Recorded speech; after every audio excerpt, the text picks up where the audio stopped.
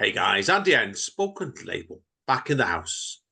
Friday afternoon. I'm losing track of the days. The days this week's has gone a bit weird. So, but anyway, yeah, big busy week as always. And we're over to my favourite part of the world today, Chorlton, and we've got a wonderful writer with us today. And I've known this lady. I'm just trying to work it out now and then. She just told me and made me realise I've known her longer and I realised I'd known her.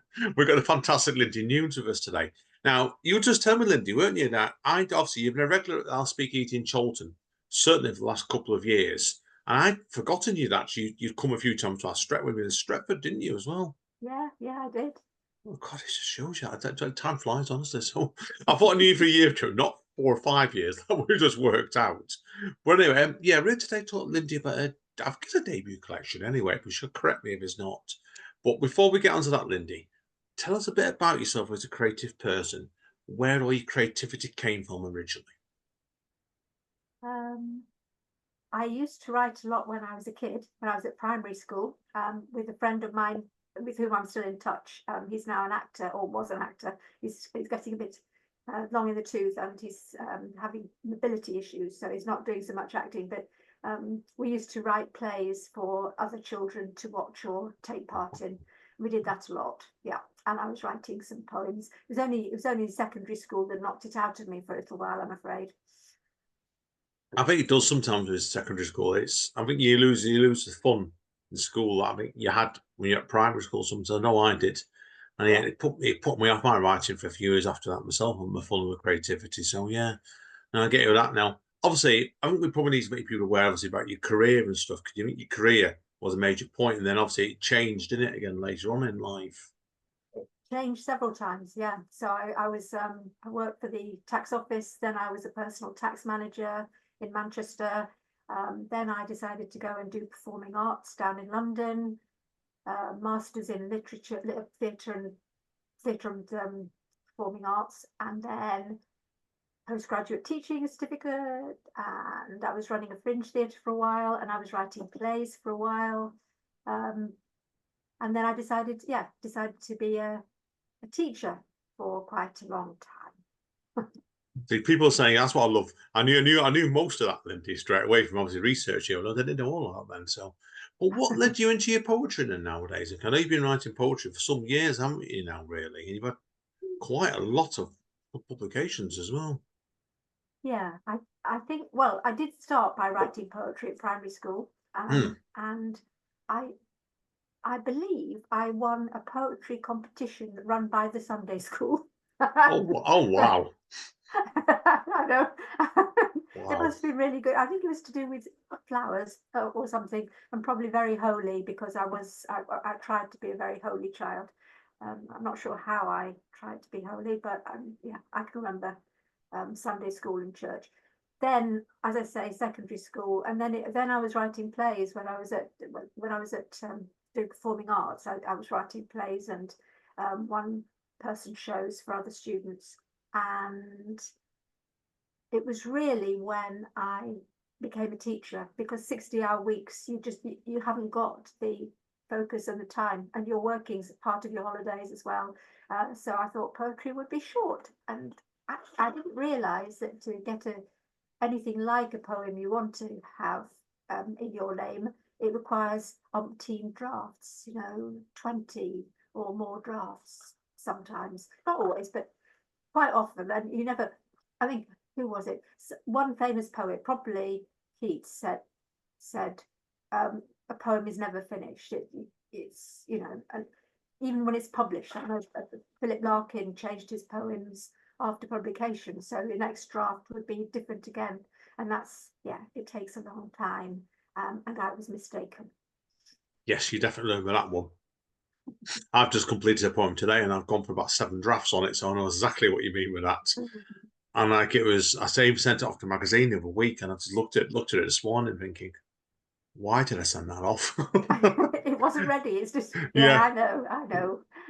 And I've had to go do some send a groveling letter this morning saying, sorry, yes, can I remove that last stanza? So yeah, I know exactly what you mean there with that. But yeah, oh, good grief, yeah. Now, I know your case, Lindy, you've had some really good publications. And I'll encourage people to check them out yourself. But I want to learn first of all about your You won the Freshers Poetry Prize, didn't you, a few years ago? So tell us about that then. What was going on with that? That was run by Bournemouth. It's still open, still running. I think they had 1 year off, possibly during COVID. I'm not sure. And then they reinstated it, but with much bigger money prizes and things like that, which I did not get. But yeah, it's good. They do an annual anthology usually with a theme, and the theme that year was monsters, and I just hit lucky, I guess. Yeah.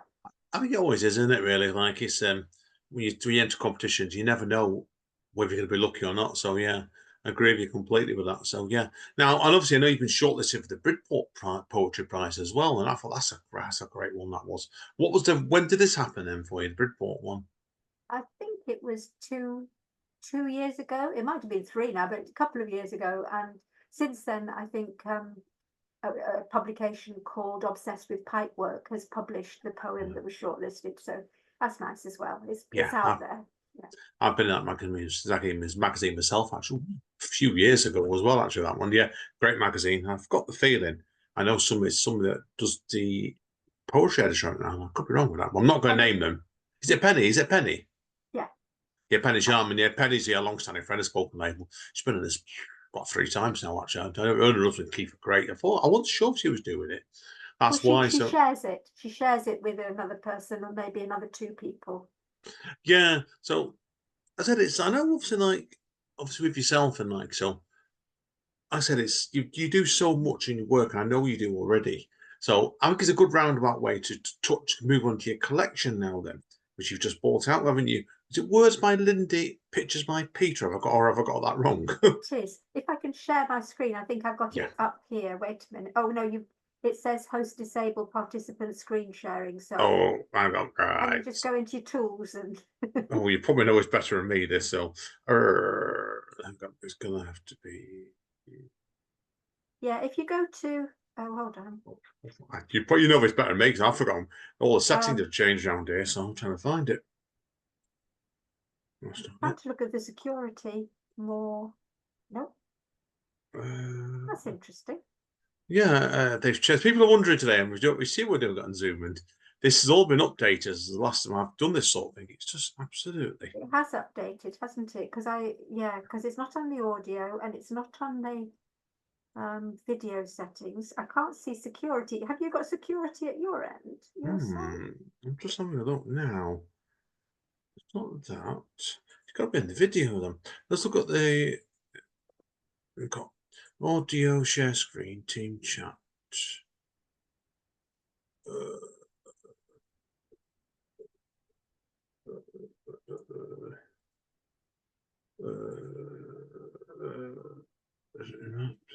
That.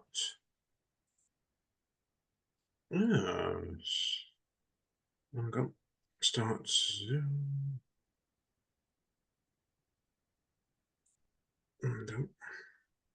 It's really weird. It used to be on the video, I'm sure. But it says video settings and then it's not got anything. Yeah, I'm just looking. Oh, hang on, it's got share screen. Video settings, share screen. Video setting. Got it. There we are. Right. Okay.